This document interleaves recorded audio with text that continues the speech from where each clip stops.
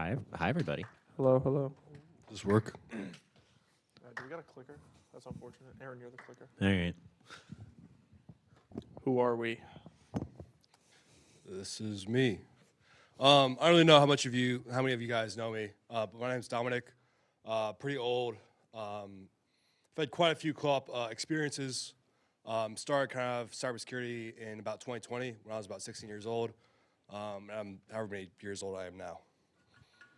Spoken at a bunch of conferences and stuff. You guys have seen this like a billion times. I'm Anthony. It's not too much about it. I know about grapes, the hacker terminal, and I play a little harmonica, and I can juggle kinda now.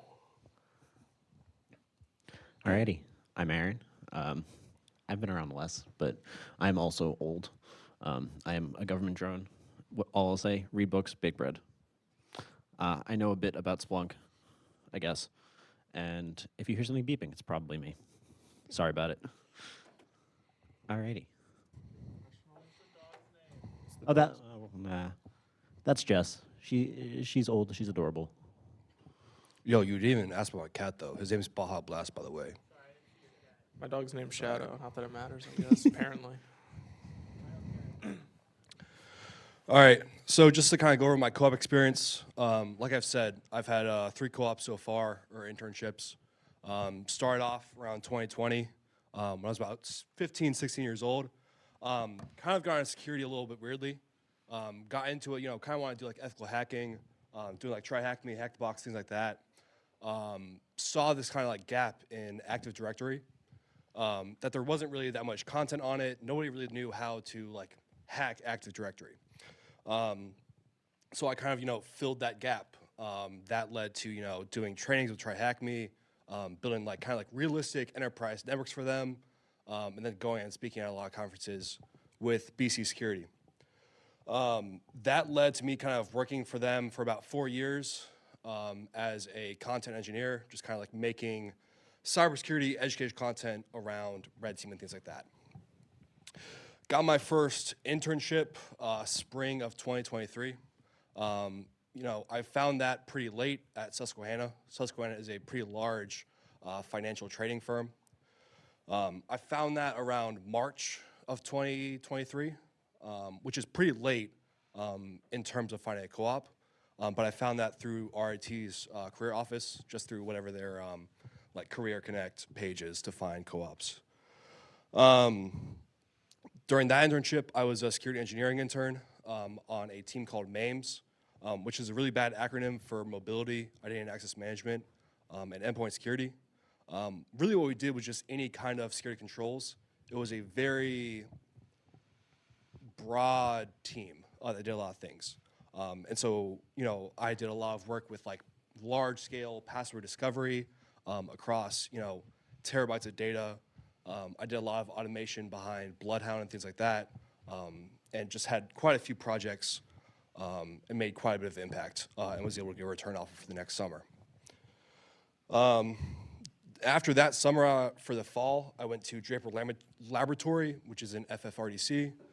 They do a lot of like programs and stuff for the government, and a lot of different kind of teams that they have there. The group that I was on focused purely on offensive security research. So I did a lot of like tool development, like novel research behind process injection, stuff like that.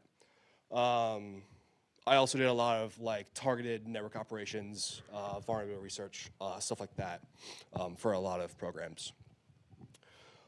Next summer, I returned back to Susquehanna on the same team. This time, they kind of gave me a lot more responsibility and kind of autonomy behind what I did.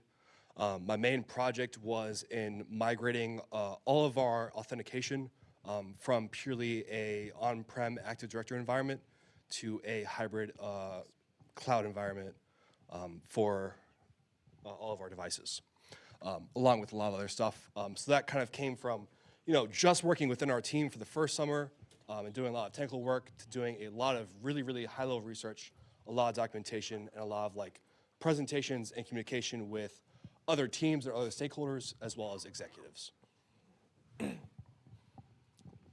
So some of my co-op experiences I've been here a billion years. I kind of went through the entire RITSEC, like poster child internship locations.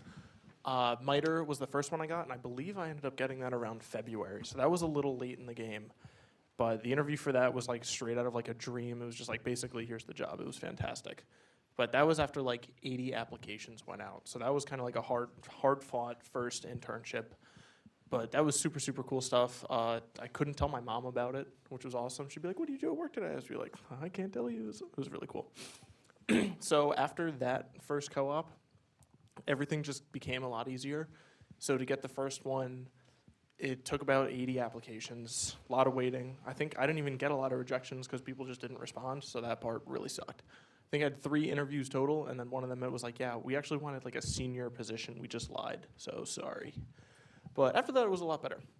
So the second time, I went to IBM X-Force Red, and that was offensive security-based internship. So that was a lot of penetration testing. We did research. We have like CVEs and treadmills. It was a bunch of really, really cool stuff. So that was after like 15 applications that I finally got that one. So by having that first internship on there, it went from like 80 to 15, which is like a ballpark, like is 20%. Or something like that. So that made it a lot easier to kind of get that next internship. And then by the time my third summer rolled around, because I've been here forever, I don't even think I applied to places. I think I had 3 companies like reach out to me, which was like so cool to go from 80 to 15 to like -3, which is awesome. So that was again doing penetration testing. I did some data analytics for them and some like machine learning stuff using their vulnerabilities. That was like another just crazy random project. Like who would have ever thought I'd be given like 15,000 findings, and they're like, do stuff with it. So that was really cool. And then during the year, I've also done a lot of different co-ops and internships and projects. This past fall, I was with Security Risk Advisors, which everyone's heard a billion stories about, like all the cool stuff I did, like the building break-in. It's no big deal. So that was really cool too. That was pretty much just going to them saying, hey, I'm really interested. They're like, cool, we'll give you an interview. After the interview, they're like, that was awesome, you're in. So that was another great thing that having that experience, like all the other experiences, was like perfect for, because they were like, okay, like this is fine. And then some other work, I did like an automated CVE database project through RIT, and that was sponsored by the DoD and Homeland Security. And then also doing some cyber range content development of like educational materials for S&P Global, which was just like, how does this stuff keep happening? It was awesome. All right. So for my co-op experience, I know it looks rather small compared to the other 2. So back in the summer of 22, my first internship was with Cigna Healthcare. They have what they call Tech DP, which is their early career development program, which a little bit more on that later, but if you see them, I recommend doing them. They have a lot of cool programs that will help build, not just throw you in. But there, I was mostly doing compliance, a bit of security auditing, a bunch of scripting.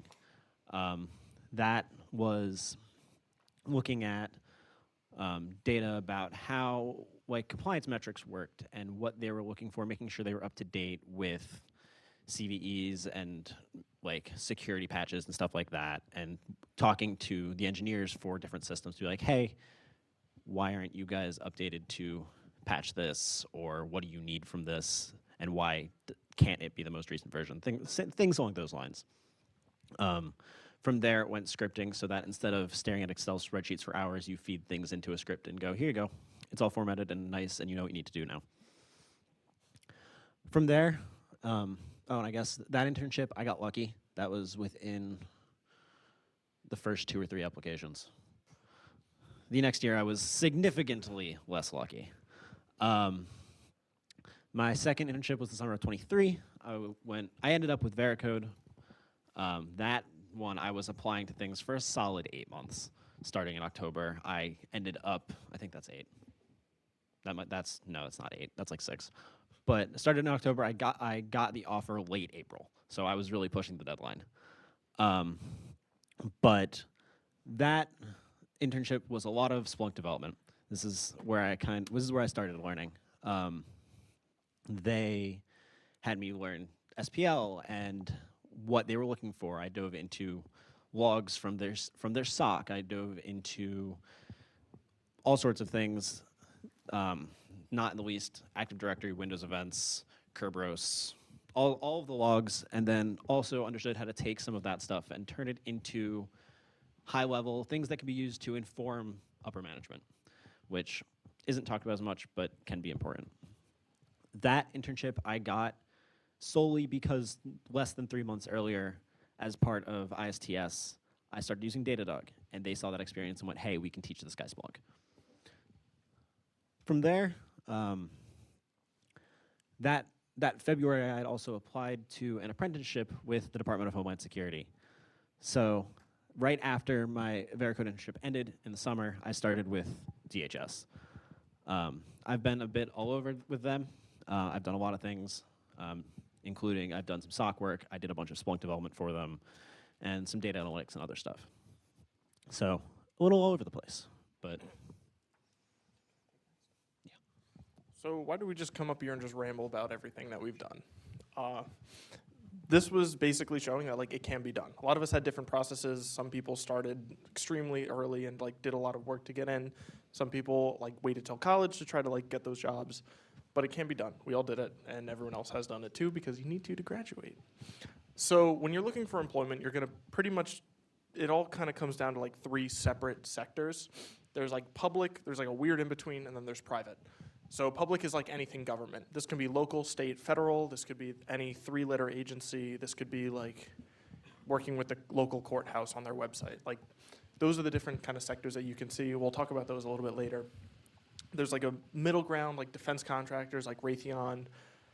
There's FFRDCs, like MITRE is a really good example. We have a lot of people go there.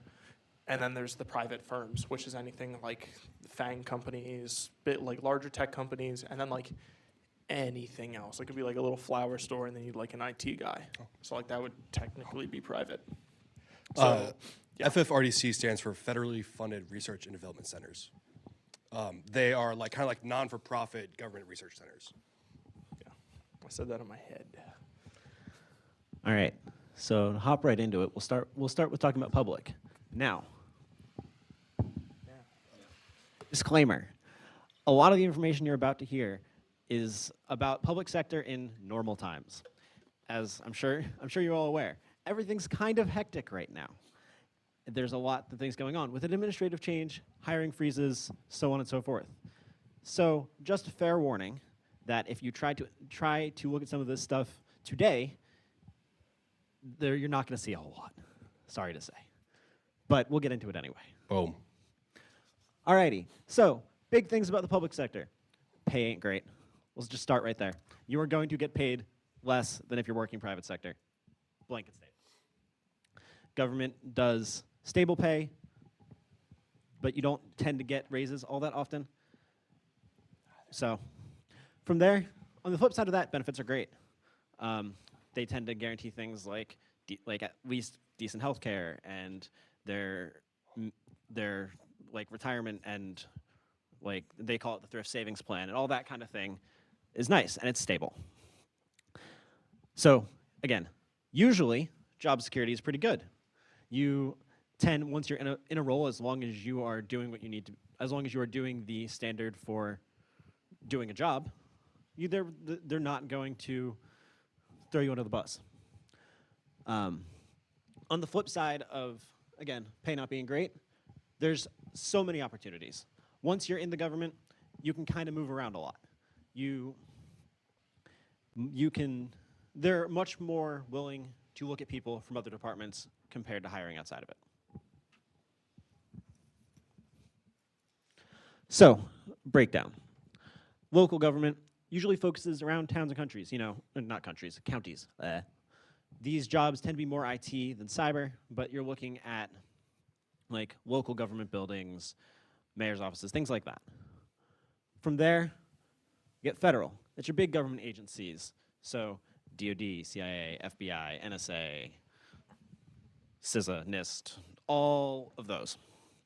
Like I said, a lot of opportunities in the federal government for cybersecurity jobs, and it is an extremely broad range of topics, which we'll get into a bit of that later, but there's a lot there when you go looking for it normally. Finally, state, you get a little bit of a combination. You're not going to find quite as many cyber-focused jobs at state level, but they exist. But they'll tend to be closer to like sysadmin IT work.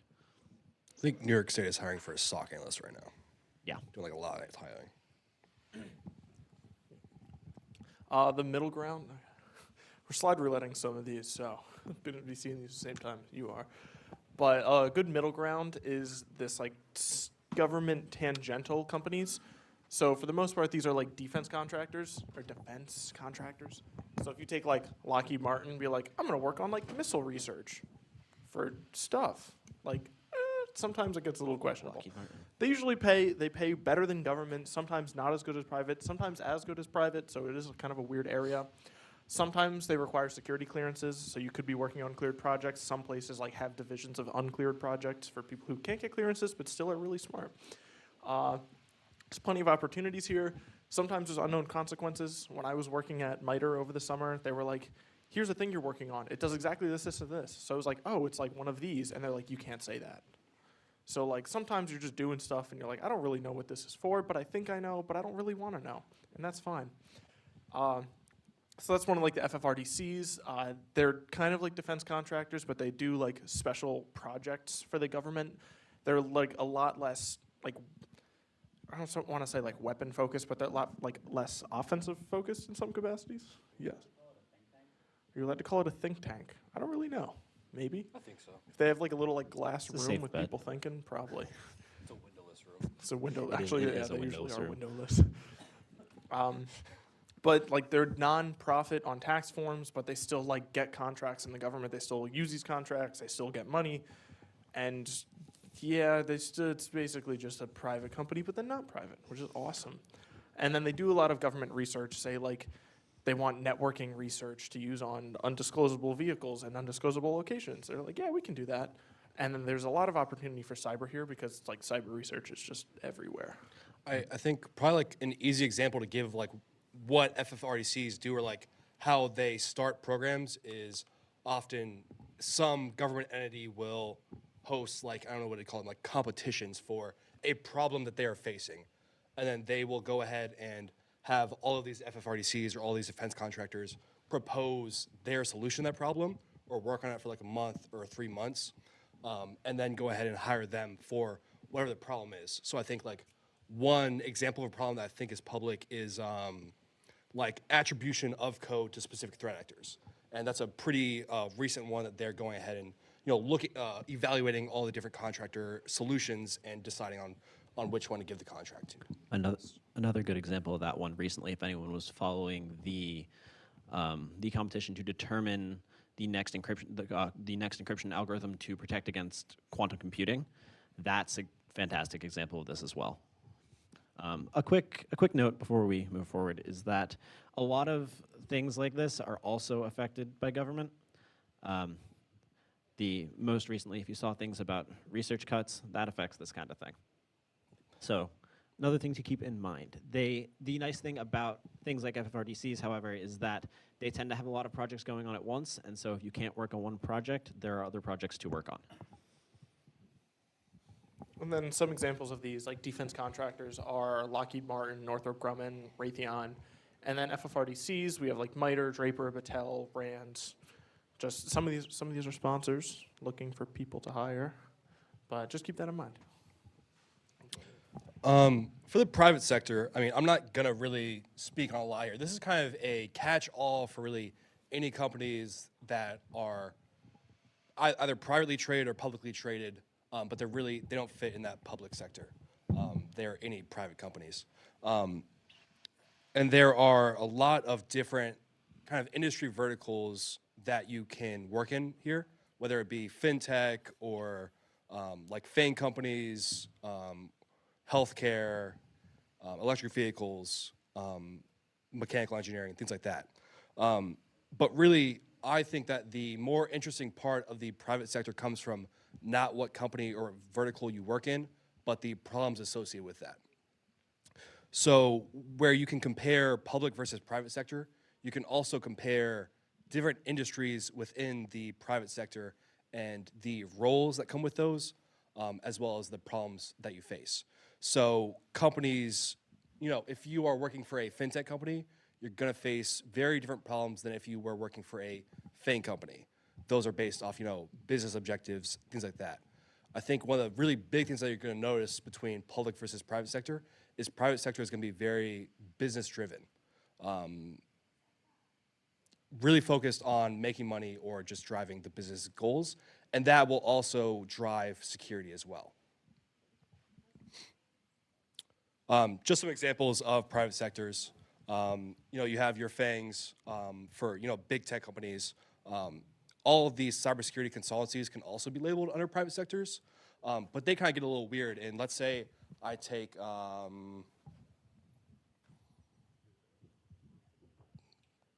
my brain is blanking on like big, like I'm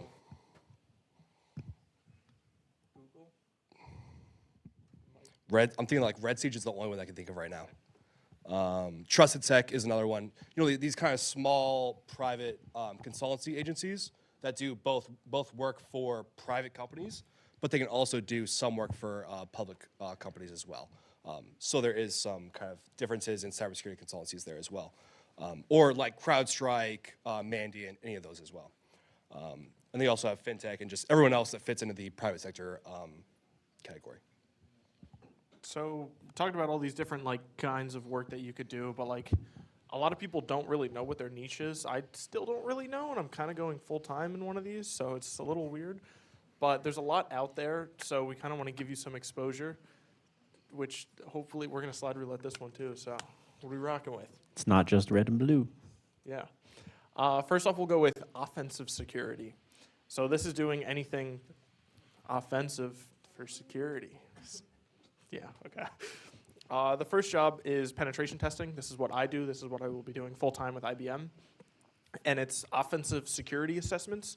So basically a company will be like, hey, here's our product, here's our network, here's our building. We want to see what's wrong with it. How could people break it? And usually these are about a week long. So this is another pretty rapid one where you could have the best test of your life and you're like, wow, it's already been a week. Or you could have the worst test of your life and you're like, wow, it's only been a week. So it's pretty cool because some of these go by really quick, some of them aren't as quick. But typically you get about a week. 4 days is going to be actually doing a test, and then the last day is typically reporting. And we'll talk about that in a bit. Important thing is that this is customer facing, so you do a lot of consulting for this. So you're going to find all these vulnerabilities, you're going to get them all ready, and you're going to go to the client and say, look at what we found, and you get to talk them through that. So you do kind of need to be a little more able to do this customer facing. Sometimes they have people who are just testers and then people who just report on other people's findings. But you want to be kind of good at consulting. And this is where taking wines of the world is helpful because you know how to talk to clients over dinners and stuff, which is awesome, hypothetically. There's a lot of specialization here. You could specialize in web assessments. You could do internals for companies. You could do externals and see what they what everyone can see. This could involve physicals where you get to break into their buildings, or random things like Kubernetes, mobile testing. It's kind of just a lot of variety here, and it's good to have a specialization. The unfortunate thing is it's a lot of writing sometimes. There's always a joke that some of the places say of this is an $80,000 PDF because it literally is. You could give them a PDF and they probably paid at least 5 digits for that test to be done. So depending on what you write, every single word you're writing is worth hundreds of dollars, which is crazy. Leah put evil, and yeah, you get to be the bad guy for a week. And they just say break this, and you're what's the stupidest thing I could do to break this? And it's awesome. So you want to talk about this one? Yeah, I can. I consider myself more of a red teamer rather than a penetration tester. And the reason behind that is because penetration testing is very technical. It is analyzing things from a technical perspective. When I think of red teaming, I think of more human behavior. You're looking at processes, procedures, and really just human behavior. And you are trying to emulate kind of what an adversary would do to a company, identifying things like those business objectives, business goals, and things like that are going to influence your goals as a red teamer. These are going to typically be, yeah.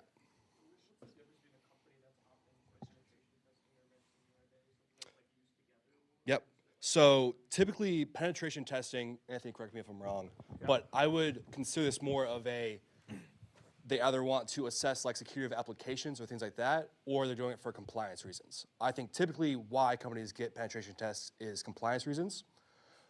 Where you are looking at red teaming is assessing your performance as a blue team, or really doing any kind of risk assessment for, okay, I know this specific adversary is targeting my company.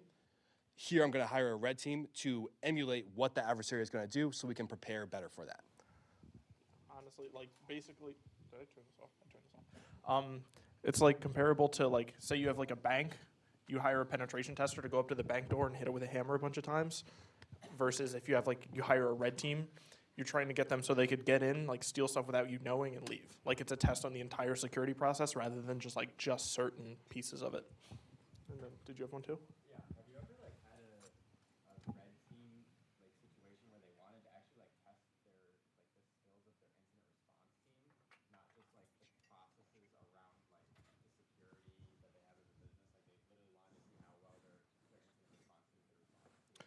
So the question was, have you ever had a red team where the primary focus was on the response of the blue team, correct? Yeah. So yeah, I mean, it all depends on what you agree on with a client or with a customer. It could be what are our processes from once an adversary has entered your environment, what process do you take to get the adversary out of your environment and respond to it? But it also can be, how do your analysts see alerts, react to those? You know, how is your queue working? You know, one example of a test could be, you know, like a red herring. So maybe you have some really big DOS over here on one side, but then you have what you're really doing over here.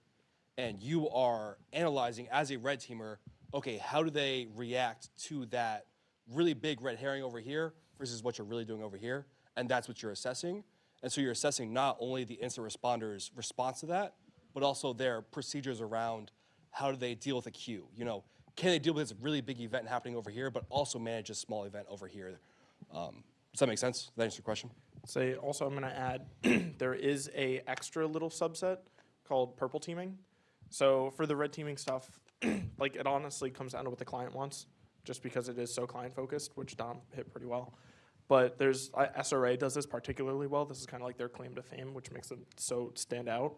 But they'll get on a call. They'll have their red team operators. They'll get on a call with all the blue team operators, and they'll be like, okay, we're going to see, like, do you detect 10,000 or like a login from Russia and then a login from the United States in like a 30-second difference, because that's such a far distance.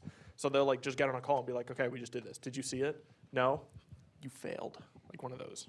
So that's purple teaming. That's like blue, red, purple. If you know this.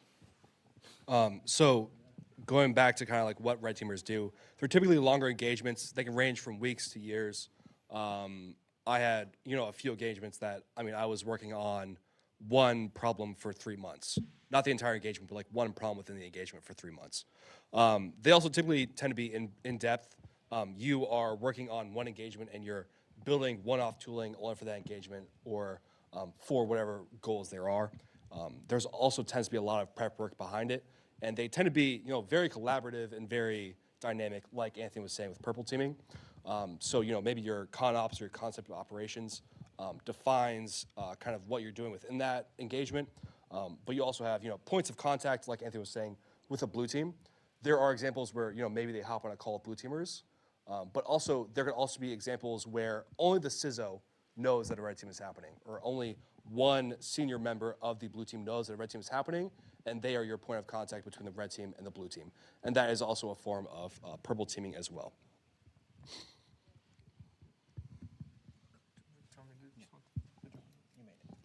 Another one is vulnerability research. So this is it's you're researching for vulnerabilities pretty much. You're going to be looking for any security flaws in products. So a lot of times you're going to be looking at different softwares, different hardwares, just trying to find if there's anything wrong. You're going to, once you find these vulnerabilities, identify them, you're going to build exploits to actually use these vulnerabilities and say like, yeah, I found this thing, it's really bad, and I can actually do it. That's kind of the big piece. And then once you're able to like actually get working vulnerabilities, you can report on them or sell them, which gets a little questionable. There's like the ethical version of this where like bug bounty, where a company will say, hey, it's like forever freelance forever freelance pen testing of just, hey guys, like try to break our stuff. If you break it, we'll give you money, which is usually pretty good. Google Project Zero, they look for 0 days, they look for exploits. They're paid to do it as like a research firm, which is good. And then it gets a little questionable where you could be selling these to foreign governments, or like you can be going on the internet and being like, hey guys, I found this, give me $1 million. And like sometimes like just entire countries will buy your exploits, which that starts to get really questionable. I don't know, what's gray? So Zerodium is like this online, they buy, it's kind of like a bug bounty program. They host a lot of these, I don't remember what the exact name of the competition is, but it's this very large competition for basically just finding 0 days. But may that be Google Chrome browsers or whatever that may be, and they will either disclose them to the companies or they'll sell them to agencies or whoever wants them. So it's this kind of gray area of it's kind of okay, but it's also kind of not okay. This is a quick rundown of offense. So I can take it. So moving on, get your defensive security, which you could, I guess, call blue team. I guess. So the first one, the big one, the one most people know, SOC analyst. These are the people kind of low level. They're looking at logs. They're looking for alerts. They do first level response. They do like quick triage. Oh, we see something, immediate action. This tends to be working a queue. Like they were talking about seeing if they're responding for red team. This queue may just be a list of alerts saying, okay, this thing has happened. And then the SOC analyst will go in and say, hey, does this need my attention? Do I need to pass this along to someone? Or is it fancy nothing, basically? One of the big things with SOC, it always needs to be monitored. This is why a lot of companies will end up contracting out companies to do low-level SOC for them so that they do not need to pay employees around the clock. What does this mean? Well, SOC analysts don't always hold the greatest hours. Given that you need base level SOC all the time, it needs to be monitored. That's where you start seeing things like green shifts and like working around the clock. Like I said, it's a lot of companies will do 3 8-hour shifts, one normal time, one late, one early morning, that kind of thing. So, and this also includes weekends, unfortunately. Threat actors don't stop, so SOC analysts can't either. So, I mean, I know it also depends all on the company of how a SOC operates. I know at Susquehanna, how they had it is they had 3 offices, main offices, one in Philadelphia, one in Dublin, Ireland, and one in Australia. So they covered all of the time zones. And then, for the Philadelphia office, they only worked, 8 to 5, strictly.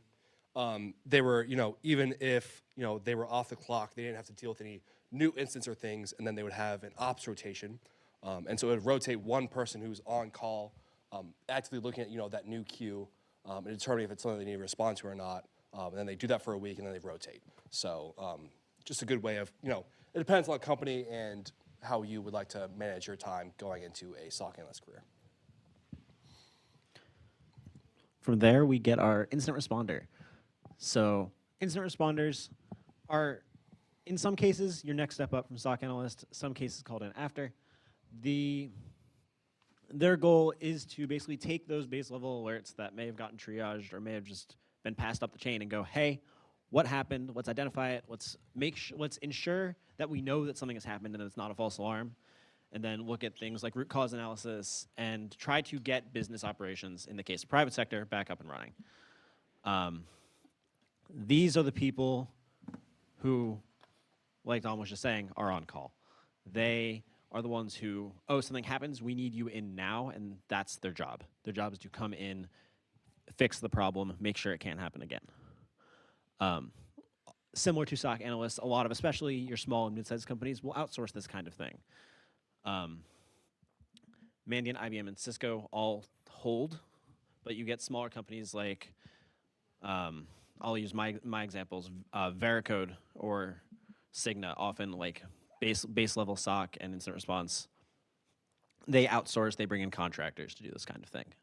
It also typically for large incidents or large breaches, it's a matter of like compliance and legality, because you need someone else to conduct your investigation that isn't your own company, especially if it is customer data or like PII or anything like that.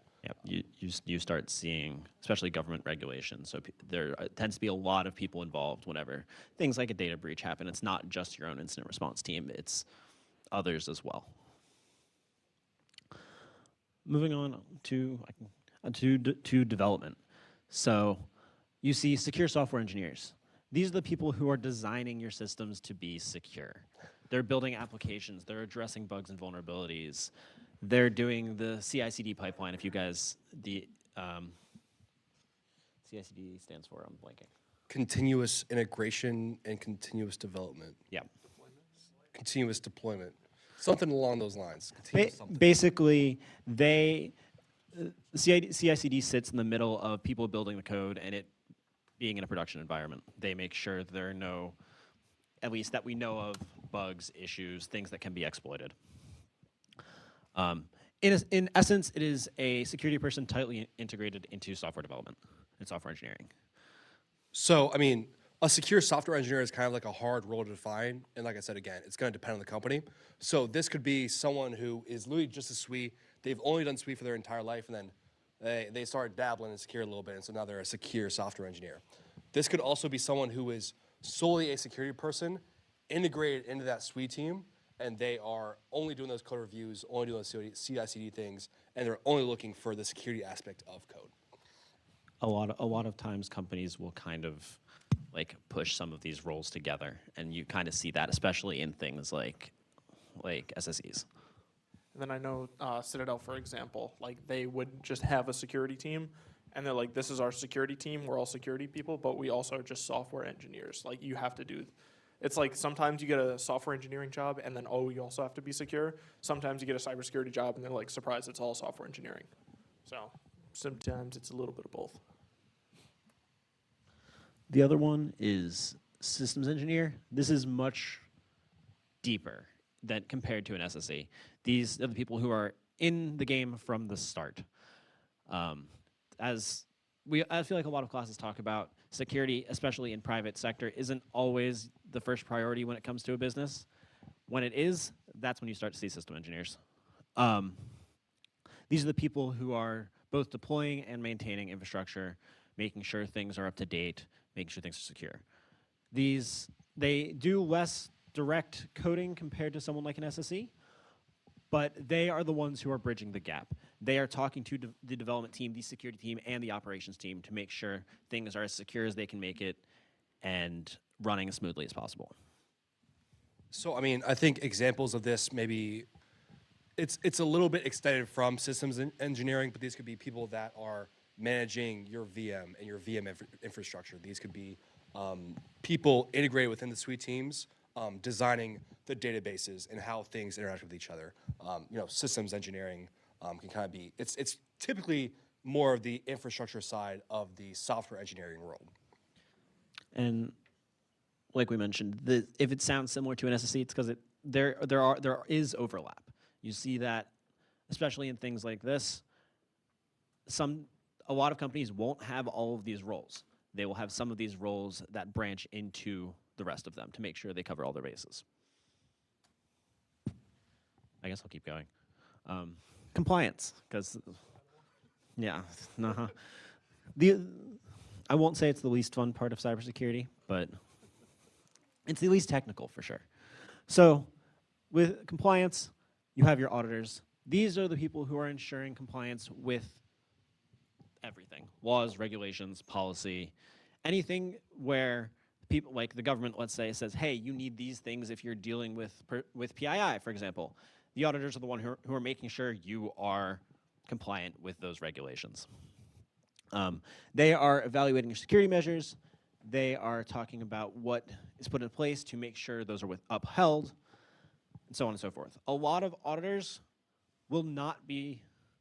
Generally, they are on their own. Like a big company is not going to have their own auditor. Generally, they might, but I feel like more often than not. So, I mean, I would say that for a large company, let's say I'm going to use Susquehanna as an example.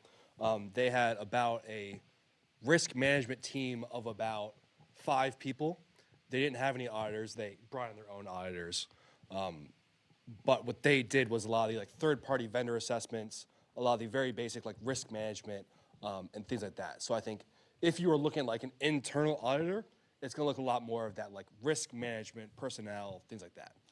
And when you're looking internal teams, that's when you start to get to our next role, which is. And then, wait, actually, for like auditing and stuff, sometimes they'll do these like tabletop exercises. So if you've ever noticed the huge room across the hall, the cyber range, they'll like bring in their teams and they'll be like, okay, like, what are your security controls? And then you're like, okay, pretend like a reporter just leaked all your stuff. Then what do you do? And you're like, I would do this, and be like, now what? Now what? Now what? Just to like really iron down like this is the process that we have and like it works, or something like that. Then, so when it comes to internal, you get your ISSOs, your information system security officers. These are the people who are in charge. Most companies will have at least one. The larger you are, the more ISSOs you have. I know one of the teams I've worked with in the past had an ISSO for every system they were overlooking. So there were like 20 of them. These are the people who are dead set focused on an application. They are the ones internally making sure that they are complying with organizational policy, making sure that is up to date for their system, making sure their engineers are looped in so the people running it are keeping compliance. And I think this is typically someone who is just very much a liaison. They typically aren't the person actually addressing those gaps and vulnerabilities. They're the person saying, oh, you found this vulnerability. Okay, let me put this in whatever tracking framework or software that we have. Let me track this from discovery until remediation. Let me, get in all the teams, see what we have to do, determine risks and things like that. One kind of example that I can give at Susquehanna was when I was doing password discovery. I randomly discovered this dude's like Facebook password and Twitter password and like banking account information just like on a random file share. I was like, I don't think I was supposed to find that. What do I do now? And they were able to consult and say, okay, here's what we do now. Here's what this isn't a problem or this is a problem and things like that. So. Yeah, they're very much a middle ground between like the people either SOC or like red team who are poking the systems into their helping make sure policy exists and is up to date, and then talking to the people using to be like, hey, do it, please. To address the last slide as well, this can look like, I know at Susquehanna we had a... You're addressing the last slide? No, the last point. Last bullet point. We had a method or a this is some kind of software suite that we used for tracking. Okay, here's how many Windows 2012 machines that we have in the environment. Here is how many we've had, throughout time, and how can we, decrease those metrics. So I think any compliance personnel is going to be really focused on metrics and things like that, and decreasing those. Okay. Next, we have threat intelligence. So a good job that fits that role is reverse engineering. So sometimes when threat analysts receive like malware and they're like, we've been infected, here's the malware, they'll try to look at it, figure out how it's working, like they're deconstructing it, they're looking and saying like, okay, I was supposed to do this, these are the functionalities, and then also trying to attribute this to someone. So it's like some guy who always makes his malware puts in a little smiley face at the end of all of his comments, be like, okay, you can attribute that to him. The other guy? I'm lying. Okay, wait, am I lying? Yeah, just trust the process. So when you're doing reverse engineering, you're going to try to find any vulnerabilities that they're exploiting, how this is being used against your system. You're going to try to classify the different malwares, like, is this ransomware? Is this something else? And then trying to like analyze how these like algorithms are all working together to infect these systems so that you could say like, this is doing this and it's bad, I think you guys should do All right. So a security researcher in this context that we're using here is typically going to be for a CrowdStrike or a Mandiant or some kind of threat intelligence company. Typically, private companies aren't going to have their own security researcher. They're just going to use those feeds of intelligence that they get. So really what a security researcher is trying to do is determine different threats or groups that are actively targeting different industry verticals, whether it be, so let's say we're taking fintech for an example. A security researcher may look at what TTPs, tools, tactics, and procedures are different groups using. Is there a new malware variant that just came out that, our reverse engineer in the other room just discovered? What groups are actively targeting, maybe the companies that we contract for, and things like that. Really, they're just looking at different trends within the entire cybersecurity landscape and reporting them to other companies. All right, so then our last general topic we'll talk about is kind of the administration roles. So we'll start with vulnerability management. These are the people who are kind of watching everything that the other guys are putting out, whether it's who the threat actors are, what CVEs are coming out, what malware is ostensibly being used in the wild. They're the ones who go in, determine, hey, is this a threat to us? Like, yes, is it a threat to people in general? Sure. Does it matter to us? And if it does, why and how? From there, they're there to kind of alleviate the security concern, talk to the higher ups and be like, hey, there's a problem, we're working on it. How are we mitigating this risk? Those are the questions they're trying to solve. From there, they kind of determine, work with the engineers, what can be put into place preemptively to stop this kind of threat. We also get security engineers. These are kind of your, hey, can we fix it kind of people. It is a general role. A lot of times when you have a security engineer, they might kind of touch a lot of these other roles that are hands-on. They're the ones who are doing general things to improve security, whether it's giving the company designs to improve systems or communicate across all the different domains to make recommendations. What is being used in this organization? That's another big thing they're looking at. Is this organization using open source? Should they be using open source? Or are they using things like enterprise tools? Splunk is a good example of that. Splunk is an enterprise tool. It's being sold to companies. Yeah. I mean, I think often it is looking at a problem proposed by one of these other rules and then providing a solution or a set of solutions for those problems. So just to give some examples, okay, we know that we have a large history of bad passwords in our organization. We want to come up with a strategy to get rid of all bad passwords within our organization. Any passwords that can be easily cracked by Rocky, for example. A security engineer may go ahead and develop that solution and then work with other teams to integrate that all the way to deployment. And then they're the ones that are solving that problem for the organization. That could be due to compliance or just generally wanting to increase and improve security posture. So, I just kind of wanted to touch on, we gave you maybe 10 jobs or 8 jobs here, or roles that could, are good examples of what is available within the cybersecurity industry. But really, when you look on LinkedIn for different jobs or what can you do within cybersecurity, there are a multiverse of different security jobs that you can work within. And every company, every industry, public and private sector are going to have different roles or different jobs that you can work within. And all of those are going to have different components of everything that we said here within them. The key, I think, is just making sure you think outside there's 2 boxes. There's red teaming and blue teaming, but that's I think a trap to fall into. There's so much, it's much more than just that. And we're going to probably hit on this a little later when we talk about, finding a job and things like that. But really, this is where passion comes into play. If I really love embedded, or hey, I really, I'm studying computer engineering. I really want to do computer engineering. I really love, fluids and IoT and things like that. There are always different roles or different responsibilities that you can go into, or even just one-off roles. If you really love a specific thing, there can be roles made just for that thing, and there have been, so. So we just talked to you guys for 50 minutes on all the different jobs And if you notice, this talk is pretty strategically timed, pretty close to the career fair.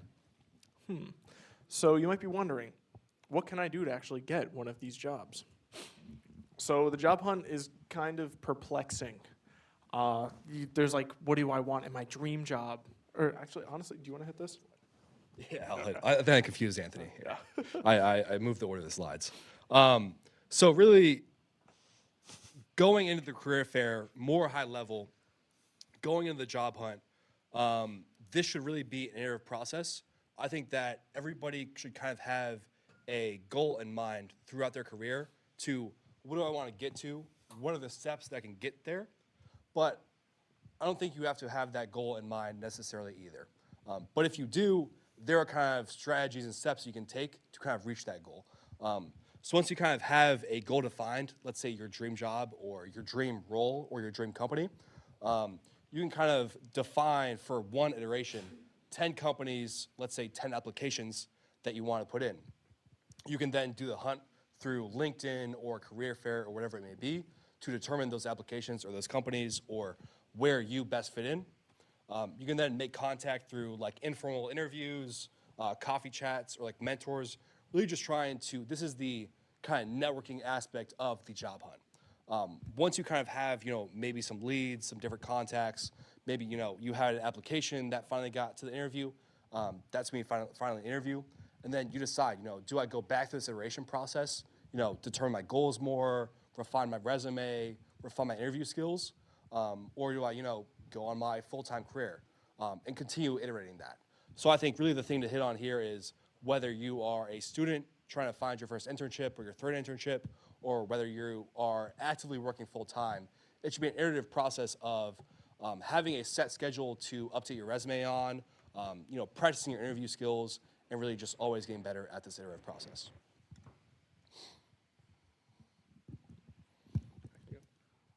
So the hardest thing is discovering these opportunities. I would say, like I said, it took me like a billion different tries to get my first couple experiences. One of the biggest things is conferences. ShmooCon was a big one that a lot of us went to in DC, where like companies are there. They want to talk to people. They're looking to hire. You want a job. Kind of works out. Another great thing is sponsors. So as a security club, we do have a lot of fantastic sponsors. We have a whole 10 seconds of clapping for them because they're awesome. And they sponsor us because they want talent, which is pretty nice. So when we have things like Career Fair Eve, before Career Fair, when a bunch of sponsors show up and they're like, we want to hire people, and then you still want a job, it still kind of works out pretty good. Another good thing is even just being involved in club. As I think we've been a club technically since around 2002. That's how many years? That's 23 years. That's pretty crazy. We have such a large influence as a security club that we could, we have people as the head of security for Lyft. We have all these crazy companies that we have alumni working at. We have an awesome community. The motto is security through community. So getting involved in that and going out and doing these things, we have ISTS coming up, saying I helped build ISTS. So when you go to companies and they're like, yeah, this candidate placed first in ISTS, and be like, yeah, well, who made that competition? I wonder. It helps you kind of get these opportunities out there pretty well. And then the dreaded career fair. So this is something that RIT hosts themselves. And this is kind of their big flagship networking event that they do in the fall and the spring. This spring, it is March 5th from 10 to 4. Have that ready. A lot of professors will sometimes cancel classes. They'll let you go early just so that you could go to the career fair. It's in the Gordon Fieldhouse where they have thousands and thousands of people there. It's the biggest room on campus for a reason, and they fill it, filled. Sometimes they'll have recruiters there. Sometimes they'll have technical staff. So you could go hit it off with the actual person you might be working with. And that's an awesome way to say I love this person right through HR. Sometimes you'll kind of just get some random HR person that's I know what a code is, or a Python's that's a snake, right? Like that. So it's kind of a mixed bag with that. And then when you're there, they're looking for full-time people, part-time, co-op, internships. They'll indicate what they're actually looking for in their candidates and why they're actually there. And then if you look at these stats, there was 5,000 people there from there was 733 employers and representatives. And then the next day is interview day, and there's 635 interviewees that day. So of the 5,000 people there, more than 10% got interviews. So, and then again, the career fair eve for RITSEC is a lot less than 3,000 or 5,000 people, believe it or not. At most, they'll be like probably around 80, something like that. So you're gonna get a lot more. What? Incorrect. At most, there'll be 112, allegedly. So you'll get to talk to these companies. It'll be a lot more like intimate. It'll be in this room instead of the field house. This room. It'll be in this room instead of the field house. Or online. We do have a virtual career fair for the companies that can't make it either. But it's going to be a lot better of an experience trying to do that than trying to be like person or candidate number 618. So I don't really love the career fair, but not loving it, I also think that you should 100% go. Because at worst, you're going and you're talking to technical people, you're going through this interview process, and even if it's miserable, you can wait in line for an hour, talk to one person for like 3 minutes and walk away and say, that was atrocious. Well, the next one's gonna be a little bit better, and I think that's kind of worth it. And then honestly, like you can go network with recruiters and employers. Like I talked to this guy, this company, he mentioned that they like go get sandwiches, and then on my resume, he marked like this guy would be good for the sandwich group chat. I was like, that's awesome, I'm in, never got anything back. But if I ever run into that guy and he recognized me, he's like, oh, you're the sandwich guy. Like, yeah. But like, yeah, you're creating good connections. When SRA came by and I met their CEO had stopped by, and I knew him. So when the next time he came around, I was like, oh, hey, Tim, like this guy's awesome. It just worked out because I had made these connections. And then there's free stuff. Like my friend got a job last year before the career fair. He's like, I still want to go. And we walked around. We're like, oh, free pen, like a screwdriver set. The electronics booth at the NSA table, and they're like, yeah, like I'll plug this into my computer. I don't know if anyone saw that little mouse I had that was that big, that like just recently died, which is really sad. It came from the NSA. I plugged it into my computer all the time. And once the command prompt goes by, it works like a charm. But yeah, I think you should go, even if it's like a little miserable sometimes.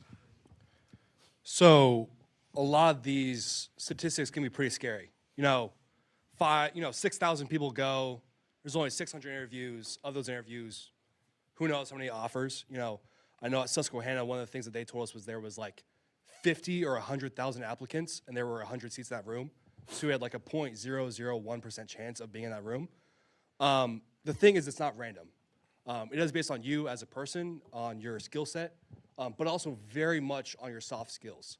And I think, you're at RIT, and I think a lot of people here have the same skill set, especially on a resume, especially at a career fair where they're just looking at them very, very quickly. So I think that's something, if you want to stand out to employers and what they're looking for, it's soft skills. The thing to think about really is that people hire people, these HR people, these technical staff, they want to talk to you as a person, and if you are relatable or a good person to them, then that's probably going to make you stand out more. And so this is really going to depend on what they're looking for from, the job description, the industry of the role, whether they're looking for someone that just wants to do technical work, they only, they're looking at the kernel all day, they're looking at code all day, they don't need to interact with someone, versus someone that is only doing business facing, only talking with clients and things like that. So really, what I think you can do to stand out to employers is having community engagement. I did a lot of work with Try Hack Me and conferences and things like that, did a lot of speaking, did a lot of work with RITSEC when I first joined college. I think that's one thing that recruiters are definitely looking for. I know when I got my offer at Susquehanna, and I'm sure you for MITRE, and things like that, they're like, oh, RITSEC, you're involved with the community, you're involved with your club. I know, the kind of standard that RITSEC sets, and just here, have an interview, things like that. Yep. Actually, for the IBM interview, there's a 5-person panel, and 3 of the people on the panel were previous RITSEC e-board. One of them was just an RIT alumni who was just in club, and then the last person was like their HR rep. So it kind of goes a long way with community. Passion also matters. Okay, you did this cool project. Can you actually talk to me about it in depth? Do you really care about it, or are you like, oh, yeah, I coded this thing in C++, I guess it does this thing, or, oh yeah, I did this project in C++, I did it because this class that really inspired me, and there was this exact problem that I, designed for, and I solved this problem, or oh, I noticed this adversary and this potential gap in the industry through Active Directory, and I really helped to solve that gap in the educational content for Active Directory when I was really young. Communication also matters. You know, one example that I think a lot of people have is, you know, can you explain Kerberos to a 5-year-old? This is not only talking about passion, but also, can you explain these technical things very well? The thing I'll note when it comes to passion and communication is that these people, especially in interviews where they're talking about this kind of thing, have read your resume. They will ask you about it. If the only things you can talk about are what's exactly word for word on your resume, you need to make sure you can bring that passion, bring the, hey, sure, this is what I did, but make sure you know what you're talking about. It's not just an, oh yeah, I did this. What does that mean? I think this communication also, like I said, it depends on, you know, the job description and what the actual role is. That is also going to depend on how you portray what you actually did. Like Anthony was saying, maybe you're talking to someone from HR. I'm not going to talk to someone from HR the same that I am a technical staff member. If I am, you know, applying for a vulnerability research role, I'm going to talk about different parts of my resume than I am if it is a auditor role or somewhere I'm going to have to be very customer facing, things like that. This I feel particularly important, if only because, so I mentioned briefly when I said I had gotten that role at Veracode because of ISTS, I had a single line in my resume that mentioned doing log management in Datadog for ISTS that year, not 3 months before my interview. And they went, hey, you did this. And I was able to go into, hey, this is what I did. This is how it worked. This is what we set up. This is why it was important for the competition. And later on, they told me, yeah, that's basically why we chose you. We chose you for the internship, because you could talk about that experience, and we were able to take that base knowledge and build off it. And then Zach loves this story, but having like a one line about how I went to the CCDC tryouts for like a couple weeks doing their networking, and I was like, yeah, I love the networking. And like she just stops the whole interview. She's like, you love networking? She's like, all these security people like say they do and they don't actually. She's like, you're gonna be awesome here. And how I mentioned like before is like the dream interview. Like it pretty much just stopped after that. She recognized CCDC. I told her, I was like, I'm not even on the team. I just went to the tryouts. She was like, that's awesome. You're great. And like that was it. And yeah, I mean, I have similar stories as well. You know, when I applied to Draper, I accidentally applied for their full-time role. They didn't even have an internship role open. And I was talking to, you know, the leader of the group that I ended up working on, and he was like, oh, we'll also give you a phone screening. And then he ended up like making like an internship role just for me. And then I had to have a second phone screening, and that phone screening was just like us talking about like opaque predicates and like random, very technical things. But like the person I was interviewing with like didn't care. Like that's all he wanted to talk about. He was like, oh, this is someone like I could like talk the same language with. I didn't even have anything past the phone screening. I got an offer. Yeah. Another important thing for the career fair, since there's going to be 1 billion people there, is having a good elevator pitch. You're basically going to want to do this in less than a minute. You kind of want to get up there, you want to tell them all about yourself, and get this conveyed when you have 50 people waiting in line behind you. So have some things that stick out. Like you want to make sure you have some technical things that stand out. Like, oh, like I've been investigating this recently. I think it's really cool. Or like, oh, I've done a talk here. Or honestly, you could like, I love rock climbing. And then if that person's a rock climber, like just subconsciously without even thinking about it, they're going to be like, oh, like I rock climb too. Like this guy, like we got a lot going on together. And if you like hit a common interest, like not even technically, you're just going to kind of like skyrocket because they want to like hire human people. Like if you go up and say like, oh, I also like go do stuff in my life, you're going to not sound insane, which is like a pretty big checkbox for most phone screenings, believe it or not. And you might be able to hit a connection while you're getting like all of your key points across on like, please hire me, please. Yeah. So I talked about this a lot in the fall. I did an entire like different talk on it.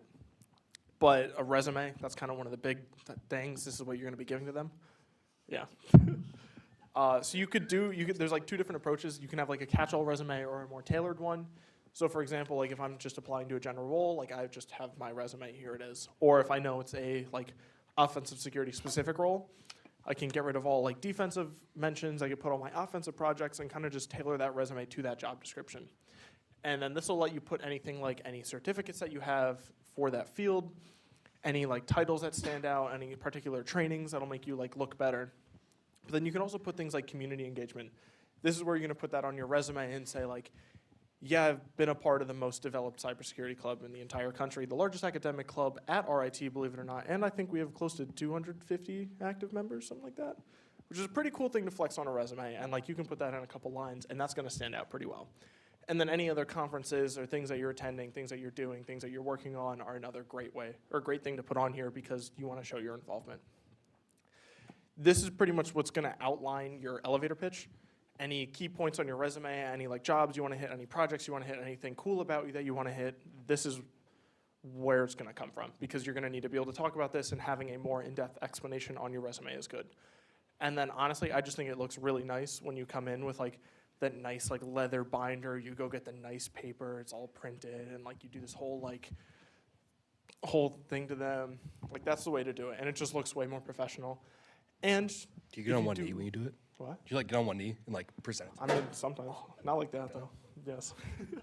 Depends on the company. Yeah, I was going to say that. And then also, it just so happens that if you do enough research talks through this club and you're like, yeah, I do all these awesome talks with club, these are what they're about, and they gave me this really awesome like Padfolio, which is a research award, and it's like this nice leather thing. It says RITSEC on it for only 7 talks. That's light work. Like, that's so easy. This was one right here. That's like 14% of the way there. So having those like nice Padfolios does go a long way, especially if you are going to talk about club, having like a RITSEC branded Padfolio, like come on, man. It's so simple. There are resources.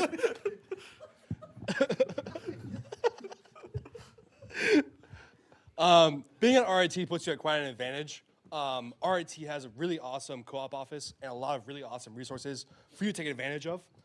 So one of those things being resume reviews. RITSEC has their own channel in the Discord that you can go and get your resume reviewed by fellow students. Really, I think a key thing to do is just get as many eyes on your resume as possible. Keep it very iterative, like I said. And the more eyes on your resume, the more feedback you get, the better it can become. The Career Services Office also offers resume reviews. They also offer mock interview practice, and I believe they also can just help you find potential internship opportunities as well. Also just connecting on LinkedIn or just networking in general throughout the career fair. Like I said, having just the title of RIT being on your LinkedIn or on your resume does you tremendous work. So, Also another good thing, if you talk to someone, when you're at the end of your talk with them, ask them for LinkedIn. See if you guys can connect. It's a great way to keep in touch. They'll be more likely to remember you if they go later on, they're sitting down after career fair.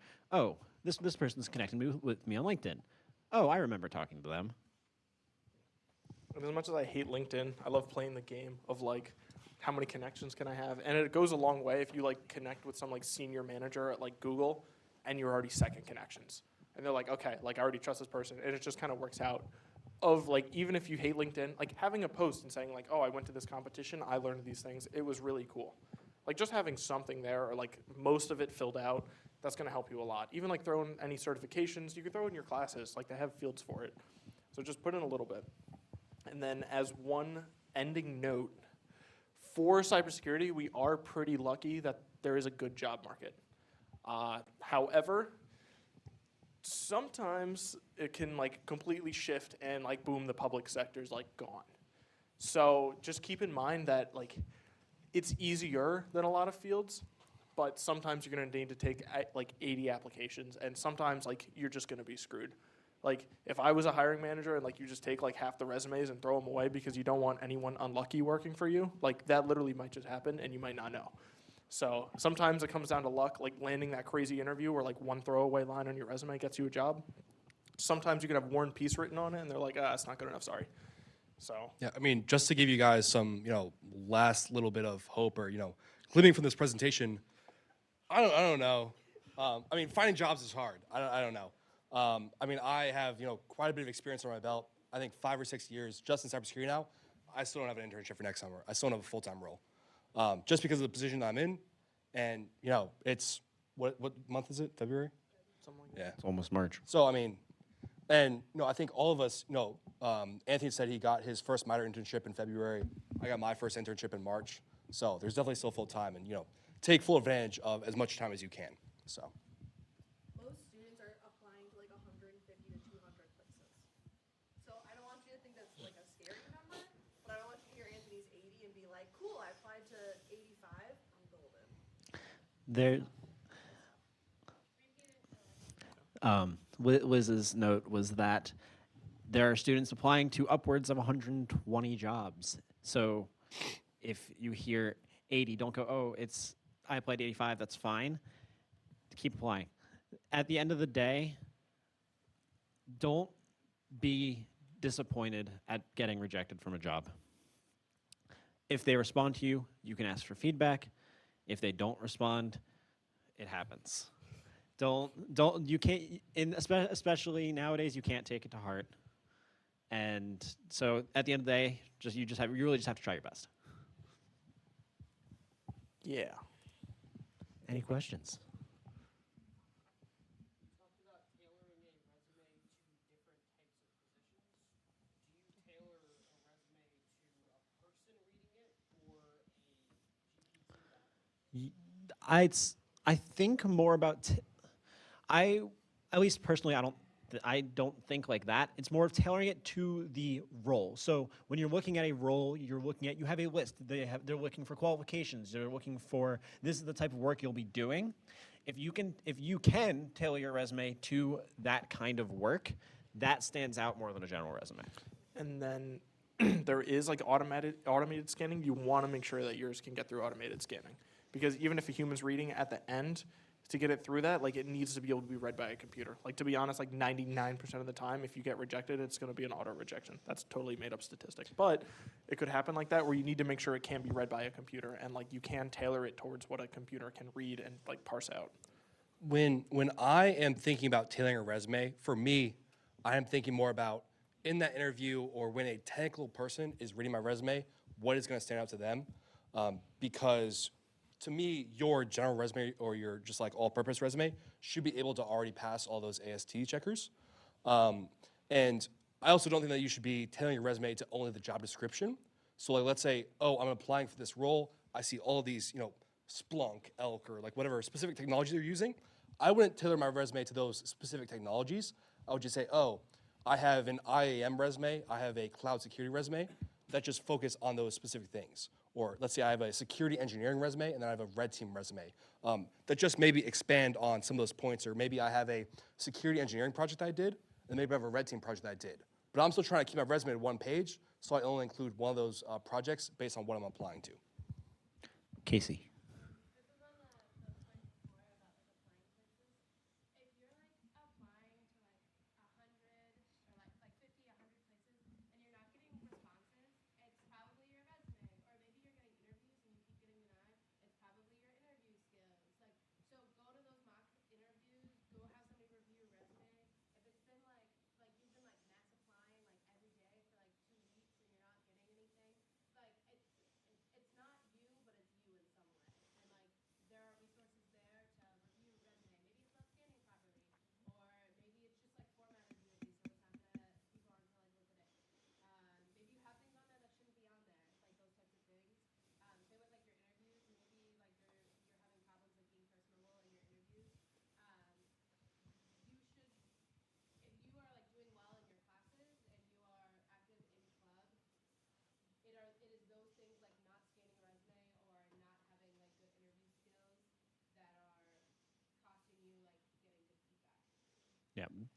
And at the end of the day, make sure you use all those resources, mock interviews, resume reviews, talking to your peers, getting all the feedback you can. Also, fun fact, read it out loud to yourself. That is the easiest way to catch awkward moments or like a cover letter. If you're like, oh, I didn't replace this company with the first company's name. Oh no. Well, like read it out I've done loud that to before. yourself, 'cause it helps. I will write out people's like resumes like, this is awkward. Change this, don't use this. Like, come use me and Rachel. Come see us. Oh, I'm so sorry. Come see us. But yeah, definitely like use the resources and be open to feedback. Know that the more people that see it, more people are gonna be like, things are gonna hit me differently than they hit you all.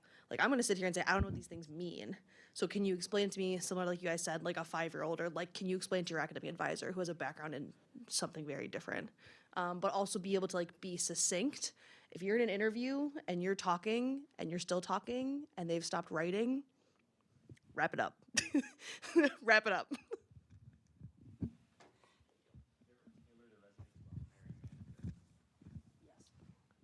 Have we ever tailored a resume towards a hiring manager? I personally haven't.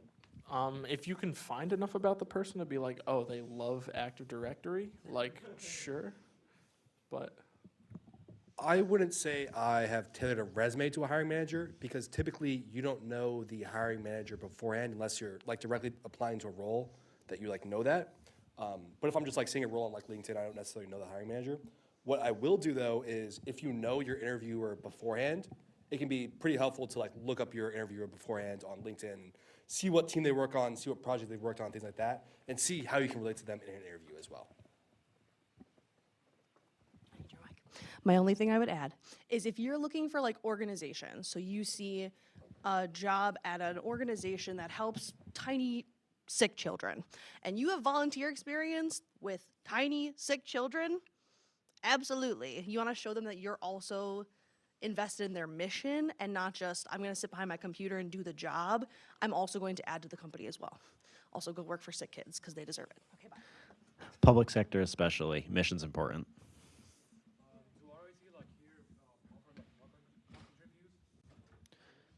So the question was, does RIT offer mock interviews? Yes, they absolutely do.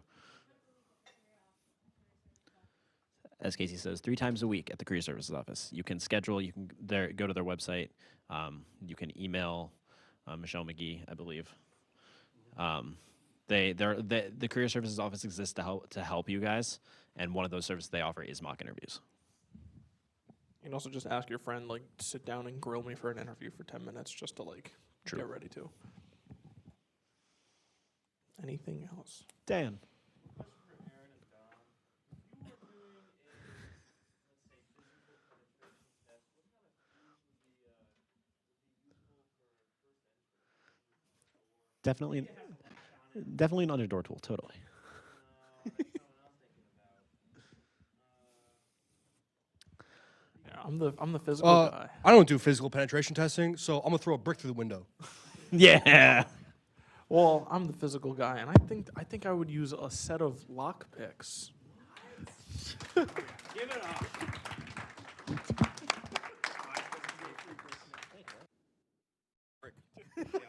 Dom gets a free brick. All right, thanks, Find all over guys. campus. Thank you, everybody. Bye bye.